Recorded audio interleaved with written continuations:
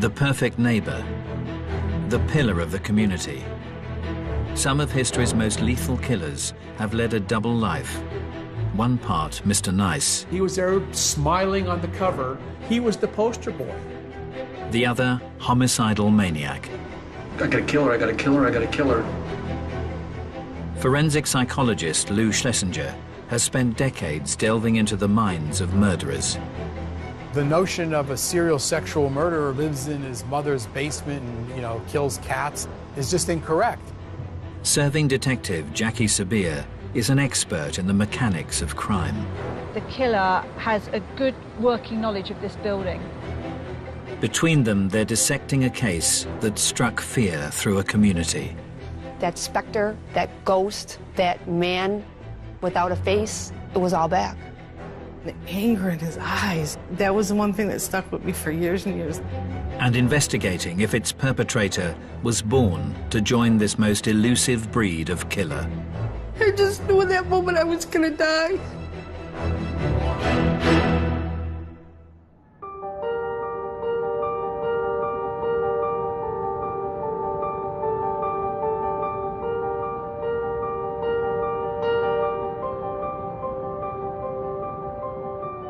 With over 20 years' experience in homicide, Detective Jackie Sabir has headed up some of Britain's most high-profile murder cases. She's in the suburbs of Buffalo, the unlikely site of a crime that sent shockwaves through western New York. One of the really special and exceptional things about Buffalo is actually the stability of the community here. People feel safe, and people that grow up here often come back here to raise their children. There's a good standard of living, there's stable employment, even through some very difficult economic times. And nowhere is this sense of tranquility more apparent than in the idyllic neighborhood of Amherst. Amherst has been voted one of the safest communities in Amerika. It's a picturesque community, a community of affluence. It's where most families aspire to move or live in. Just a very nice place to live and to raise kids. Each year, the beautiful setting also attracts over 30,000 students. It's home to one of the largest universities in New York State, University of Buffalo. As most campuses do, it has a jogging or biking trail fixed to it. It runs along Elka Creek, and it's a beautiful paved trail that you can run, bike, rollerblade. During the fall of 1990, second-year communications student Linda Yalem had been making the most of the green open space.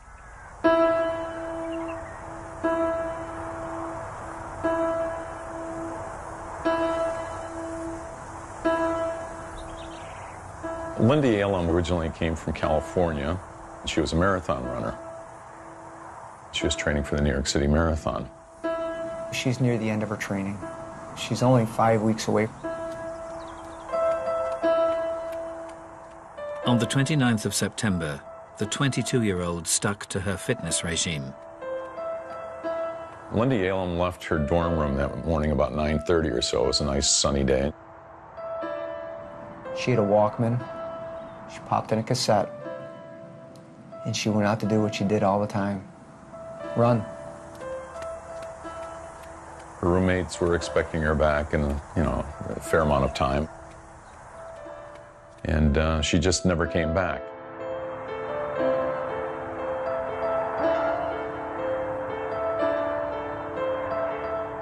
An extensive search was launched along the bike path where Linda was known to have been running. Major Steve Negrelli recalls the moment the hunt for the student came to an end. They stretched this whole 5-mile path, searching the path, the woods, and where we're standing now, Linda's body was recovered.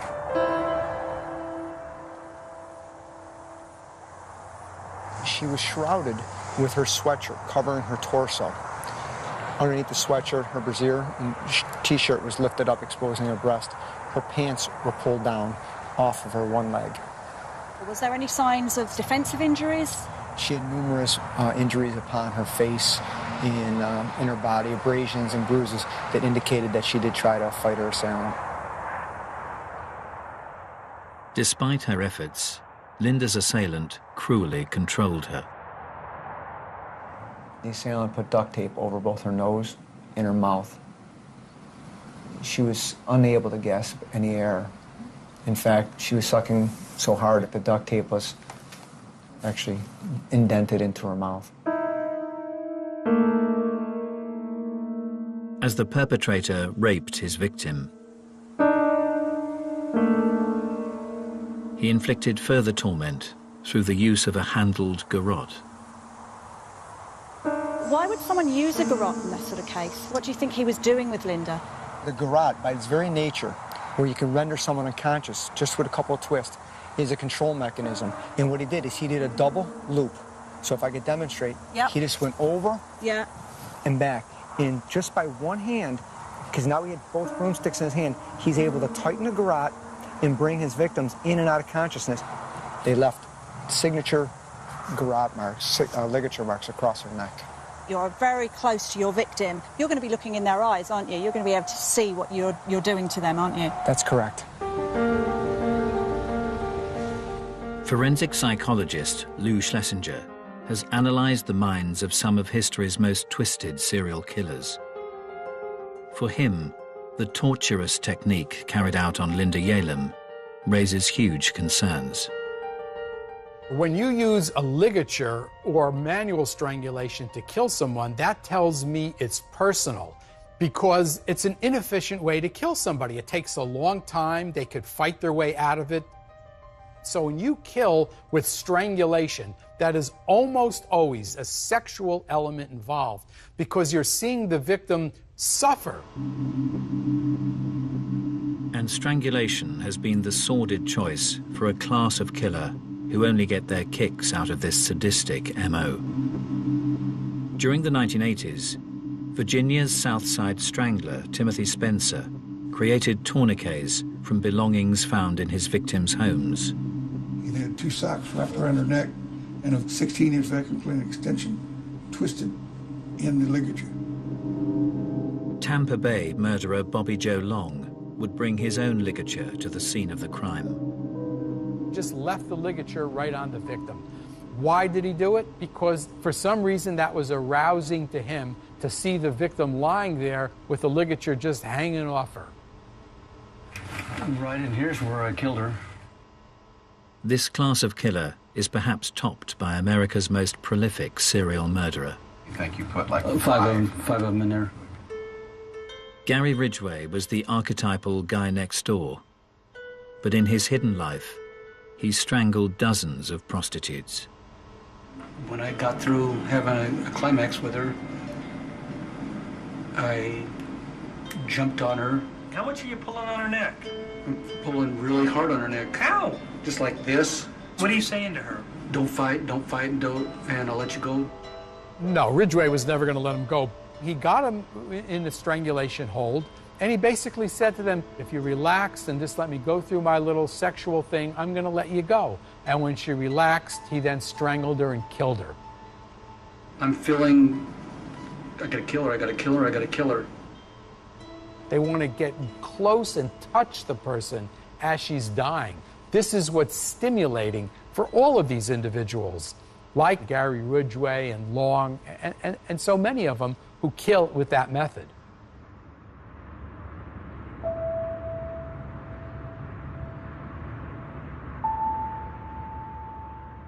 In 1990, in Amherst, Buffalo, the community had been shattered by the strangulation of student Linda Yalem.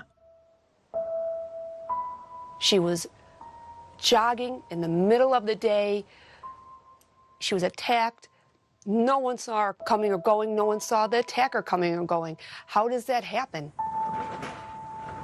Detective Jackie Sabir is on the scene with Major Stephen Negrelli as he recalls the moment detectives received a break in the case. A woman called and said she saw a man behind a woman pulling her from behind, pulling across this exact bridge.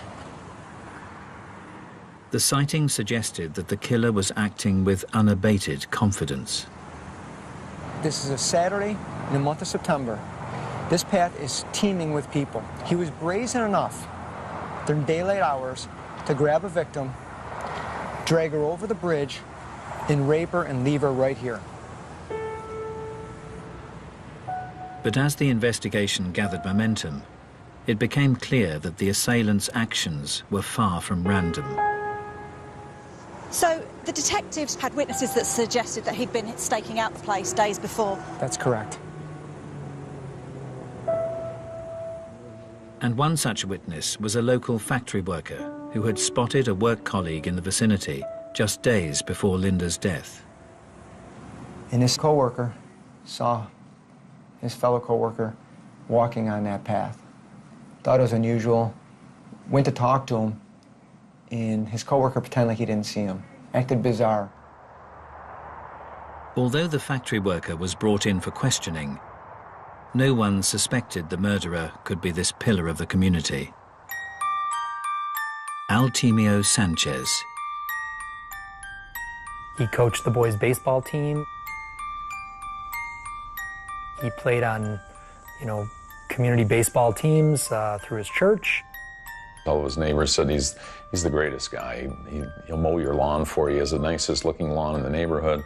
Invites him over to barbecues and things like that. Despite the model neighbor bearing a marked similarity to the perpetrator, close colleagues on his shift at the factory didn't take it too seriously. There was a father and son who worked at the plant as well, and when the composite sketch was out there, they used to joke with him and say, "Hey Al, this looks just like you."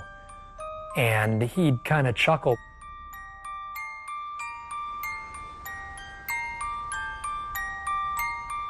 The residents of Buffalo couldn't imagine that the perfect husband and all-round good guy was concealing a double life.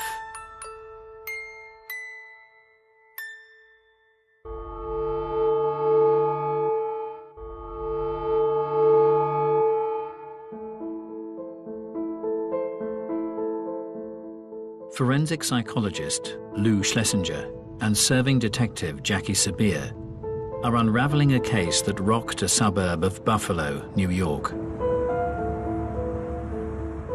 In 1990, Amherst student Linda Yalem was sadistically raped and strangled on a local bike path. For Jackie Sabir, the killer's movements reveal a meticulous operator. This is an incredibly open public space, so for him to have the confidence to have staked out this location, knowing that he wouldn't be disturbed, starts really raising the levels of anxiety of the detectives. This wasn't a spontaneous assault. This was premeditated. And it appeared the calculated killer may have struck before. His technique resembled an MO displayed in a series of sex attacks, perpetrated by a character dubbed the Bike Path Rapist. The Bike Path Rapist first became known to me when I was a teenager. A girl from my high school had gotten raped. He would prey in areas where there were either high schools or recreational areas that would, younger women would typically utilize. He was using a knife, he was using a gun, and then he started using the double ligature garrote. The period of attacks was so prolonged, Lisa Redmond's childhood memories would be brought sharply into focus as she pursued the rapist as an investigator. Did he cause any other injuries to the victims? Was there any other violence other than the actual sexual offence? One of the rape victims managed to get her fingers underneath the garrote, and he was choking her so hard, it actually bent her fingers, and years later, she showed me her fingers were still bent. The sex attacker cast his net wide over Buffalo's green open spaces. So we've got rapes down in this location in the south. We've got rapes here. We've got the University of Buffalo where Linda was killed. Yes. So we've got a homicide up here. We've got clusters of locations where offences happen. These you would not know unless you had knowledge of that area. He's tailoring his crime and his location to his victims.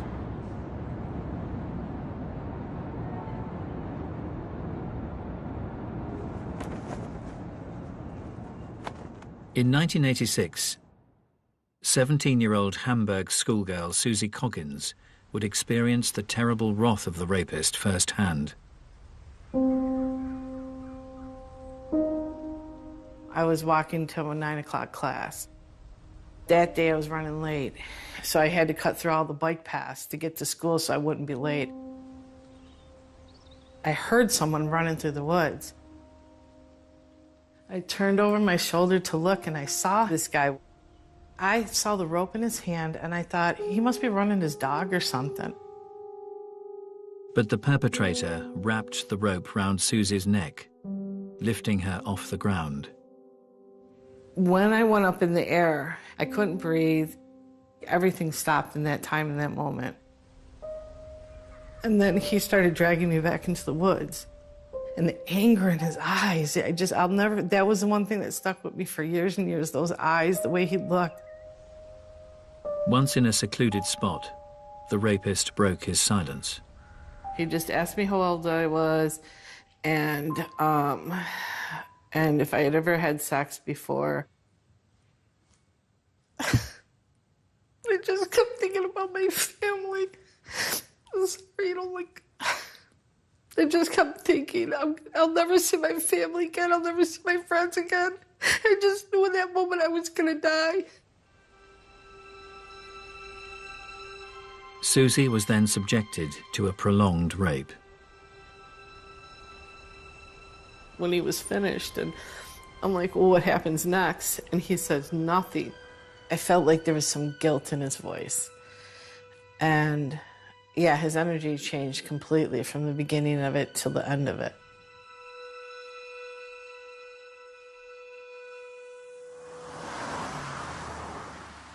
As police desperately pursued the rapist, charismatic factory worker Altemio Sanchez was as popular as ever.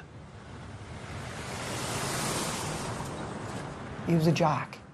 So people at work loved having him on their softball team, running with him, golfing him. He was an outstanding golfer. He was a guy that guys wanted to hang out with. Despite his jovial demeanor, Altemio Sanchez's start to life had been far from happy. As a child, he struggled academically, but Sanchez would insist his biggest challenge was out of school, living with his alcoholic mother. She would frequently remind Al, you know, you weren't wanted. She openly told him during his life, you know, when she was pregnant with him, that she actually bought kind of a concoction of drugs that would induce an abortion and use those drugs during her pregnancy. The unwanted child had been born into a turbulent home in 1958 in Puerto Rico. He was one of 4 children. There was family tension between mom and dad, and I believe dad left when he was very young. I think he was 2 years old when dad left. His mother discovered very early on that his father was having an affair and moved the family to New York City. However, life in the big city didn't offer a fresh start for the Sanchez family. He had spent a lot of time with his mother living with different men. He one time lived in the back of a car. She allowed various men into her life. He alleges that those men abused him physically and emotionally during that time period. Sanchez stated he also repeatedly saw his alcoholic mother being abused by her violent partner.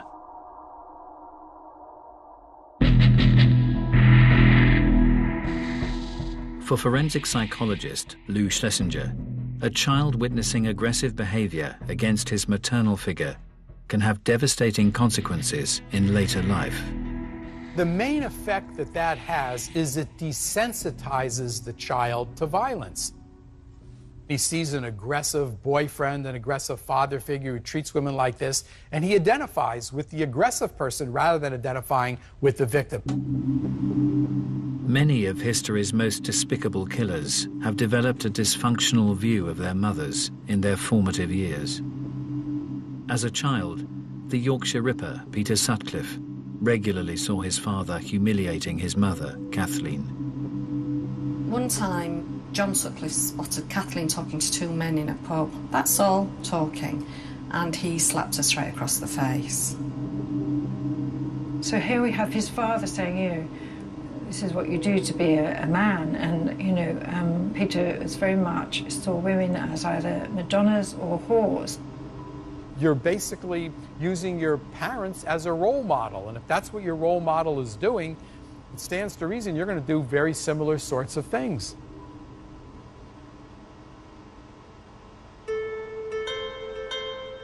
But this crucial mother-son relationship can be affected in other ways.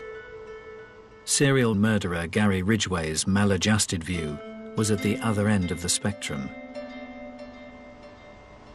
He talked about having some sexual feelings towards her. He described in some detail watching her when she was in a bathing suit and looking at her and thinking that she dressed pretty provocatively. During one bath, her robe fell open and she was naked underneath, and he felt aroused.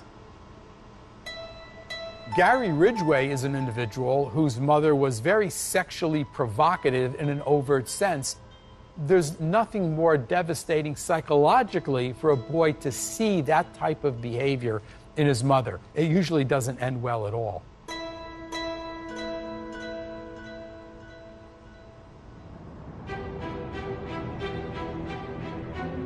In 1990, in Buffalo, New York, police had connected the murder of student Linda Yalem to a string of brazen rapes committed along the area's bike paths and trails.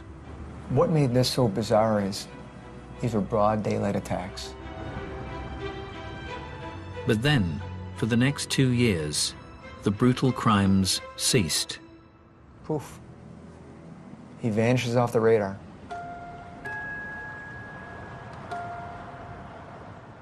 Just a short drive away from the tranquil bike paths, Exchange Street in downtown Buffalo seemed a million miles away.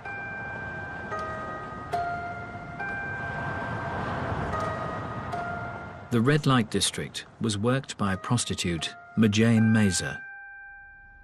Majane Mazer was turning tricks. Sometimes she would stand on corners. A lot of times she would give her number to people and they would call her. But on an October night, the vulnerable 32-year-old was picked up by the wrong man. A John called her. She went out to the curb, got in his car, took off. She was never seen again. Okay, so this is the actual building. Right up to the fence line is where Majane Mazer's body was found. Bless her.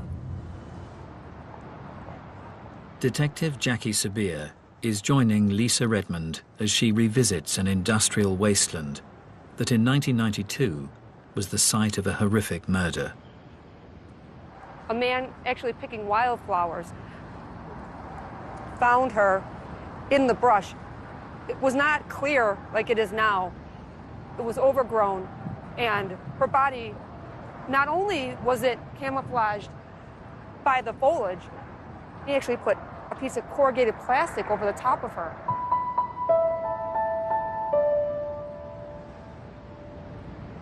When her body was discovered, what condition was her body in? She was lying prone. There was a plastic bag right around her head at the neck, and then another garbage bag pulled over the top. On closer examination, Majane's cause of death was undeniable. There was evidence of ligature strangulation on Majane. She had the double ligature marks on her neck, but due to the circumstances that she was a prostitute, that she was covered the way she was, the investigators at the time did not put two and two together that she was a victim of the bike path rapist. Did the detectives form an impression of who could have done this, though? What type of person would have done this? They thought that it would be someone that she knew or was familiar with because of the way the person had painstakingly taken the time to try to hide the body. As police chased up leads, they were unaware that one of Jane Mazur's regular clients was a local family man leading a double life, Altemio Sanchez.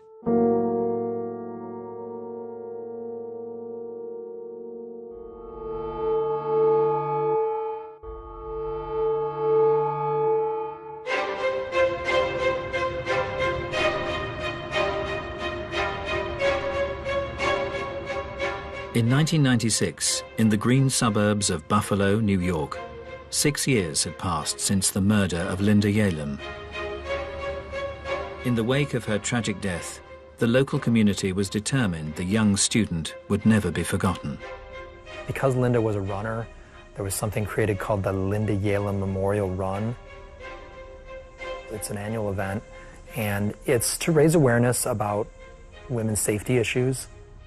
Before the race would start, there would be a moment of silence, and then a bagpipe would lead the runners down to the starting line. Amongst those taking part in September '96 was competitor 635, local man Altemio Sanchez. It turned out that Altemio Sanchez was a bit of a runner. He belonged to the running club at American Brass. It was seemingly a typical act for one of the community's all-round good guys.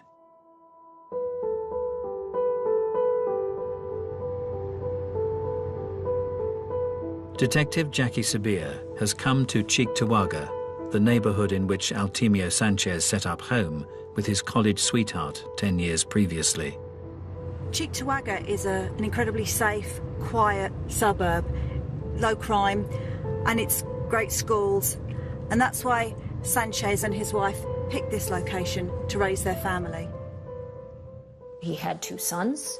He was very involved in his community. Nothing remarkable about him. He just seemed like a neighbor. He was the guy that, when snowfall came, he'd be out there with his snowplow plowing out your driveway. He was a member of his local church community where he was coaching the softball league. His family were well known. He was here for a long time, so he'd established ties. In his working life at a nearby brass factory, Sanchez was also well liked. Fellow worker Ken Chakai would regularly chat with the forklift driver as his night shifts drew to a close. And your first impressions of him? He was just a normal guy? Normal guy. Very nice guy. Soft-spoken. I can't say anything bad about him. Was Sanchez ever in trouble at work, or were there any issues? He was a good worker. Yeah. Was there any gossip about him, or rumours? He was good with the church. The community, his family belonged to the church. He's a great guy. Nobody in Buffalo believed that Altemio Sanchez had anything to do with the murder of Linda Yalem. Having worked extensively with the FBI, Professor Lou Schlesinger is fully aware that for many, a serial killer is hard to spot. The notion of every serial sexual murderer being weird and a loner, lives in his mother's basement and, kills cats is just incorrect. To further understand those capable of concealing a heinous double life, the psychologist is meeting an offender who ruthlessly targeted women. How did you feel when you were raping someone? Oh, I felt powerful. This inmate is a serial rapist who remained undetected within his community for over a year and a half. Someone knows very little about this topic. What could you say to help them understand the mind of a serial rapist? For me, I hated myself. I felt that I wasn't adequate. The sex offense is not about sex. It's about the power and control issues. It's about the self-esteem issues. It's about a person who is desperate to be accepted and validated as a person. While you were raping women, you were in a relationship with women. Well, in this case, I was married. You were married. Did you feel you led a double life in a sense that nobody even knew you were capable of something like this? Oh, absolutely. Tell us about it. I had regular work. I worked hard. I was responsible. I enjoyed activities with other people. When different people that knew you from the community and whatnot realized what had happened, were they pretty shocked? Oh, yeah. Yes. Didn't have a clue that you were capable of this. In fact, I remember the prosecutor during the case made a statement in court that, you know, in all other aspects of my life, this is the guy you would want your daughter to bring home, because I was a steady person. Right. Talk well, smart. Right. But I had this dark side that I was going out and raping.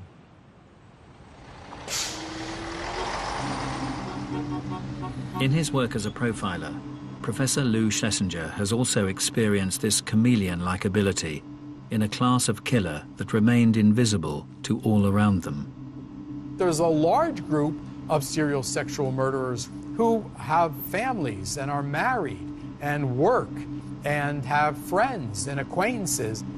She got sick, got her a glass of water, comforted her a little bit, and then I went ahead and tied her up, and then put the bag over her head and strangled her. Over a 30-year period in Kansas, Dennis Rader murdered 10 people. All the while, the respected scout camp leader hid an assortment of sordid behavior, frequently tying himself up within the local woods. He was very big into autoerotica. What he did was to leave the campsite where the Boy Scouts were, and then he attached a camera on a cord and would take photographs of his accomplishments. Most people believe they can detect deviancy and particularly danger in others when they really can't in some cases. In Riverside County during the 1990s, model citizen Bill Suff's murderous identity was even more impenetrable. He was supplying equipment to the police department, the same police department that was investigating him. A homicide victim was found one morning when two of the investigators were with Bill, and their pager went off, and Bill made the comment to them, "Oh, did you find another body?" If a person interacts with you and makes jokes and seems like a normal guy, why would you possibly suspect that he's capable of such extreme deviancy?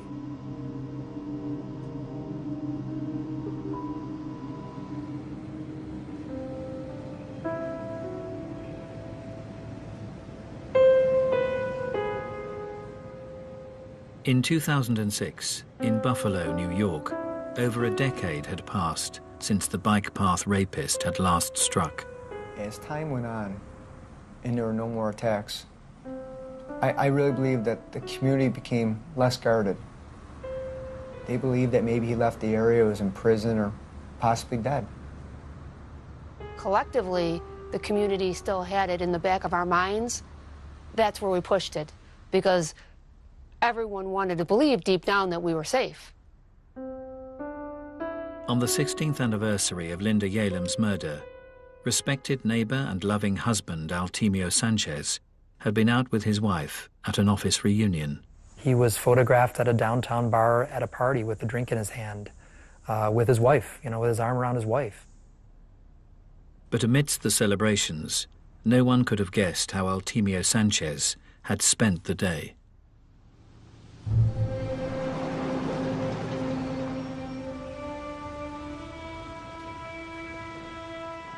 A few hours earlier, in nearby Clarence, it had been a typical Friday morning for mother Joan Diver and her young family. They sat at the kitchen table and they had breakfast together. They talked about, maybe we go to a movie tonight because it's Friday night.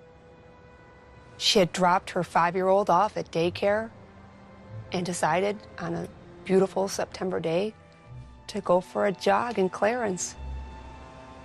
Joan parked her car in her usual spot before heading out along the bike path. But as the morning drew to a close, the 45-year-old didn't reappear from her run. At the normal time of pickup for daycare, Mom didn't show. Her son kind of stood at the window and looked out the window like, where's Mom? With no sign of Joan, an extensive search was mounted. Detective Jackie Sabir is joining Steve Negrelli as he retraces its final steps. A couple of Boy Scouts and a scout leader. They just want to help the diver family, so they were out here volunteering, searching. One of them kind of bent down, peered in, and he could see underneath the shrubbery and overgrowth, he could see what appeared to be a human hand.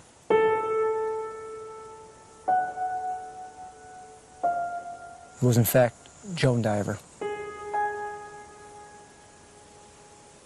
What did she actually look like when she was here? And she was laying on her back. Her pants were down. Her shirt had been lifted up, exposing her breast. You could see that she had been in a struggle. You could see that there was some marks on her body. Although not witnessed for over a decade, the method of murder had a chilling familiarity. Those distinctive double ligature marks on her neck. So even after the 12 years had passed, it's almost like a textbook copy of what happened before. All the MO was lining up. The time of day, a secluded bike path, a white female jogger, the ligature. Everything's going down that path. It's the bike path, it's bike path, it's bike path. As detectives discovered the victim's car had been moved, lab tests cast out any doubt that the perpetrator had returned.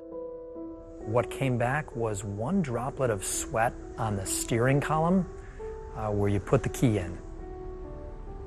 They were able to obtain DNA sample from that exact key tumbler.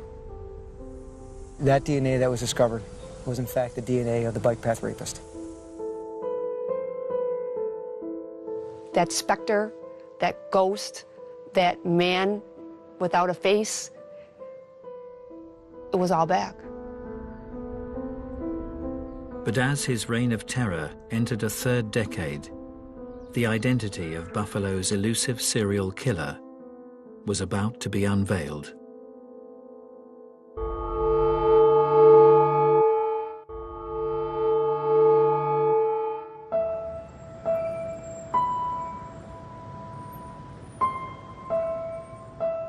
In September 2006 in Buffalo, the murder of jogger Joan Diver had marked the return of the bike path rapist after more than a decade's absence.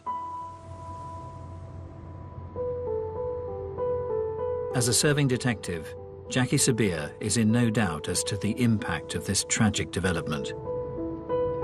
To come back after a 12-year break would have been an enormous shock to the team of investigators, because you have to relive and pull all of those files again and start practically from the beginning. With a DNA sample indicating an Hispanic male, the list of suspects shrank down until an historic case left just one name. There had been a rape,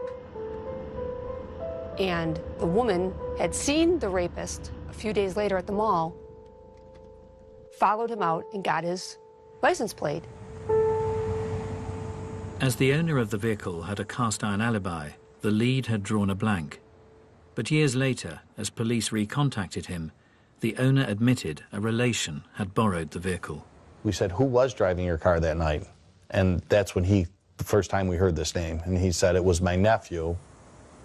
His nephew's name has popped up a couple times previous in this investigation. He said it was Alcimio Sanchez.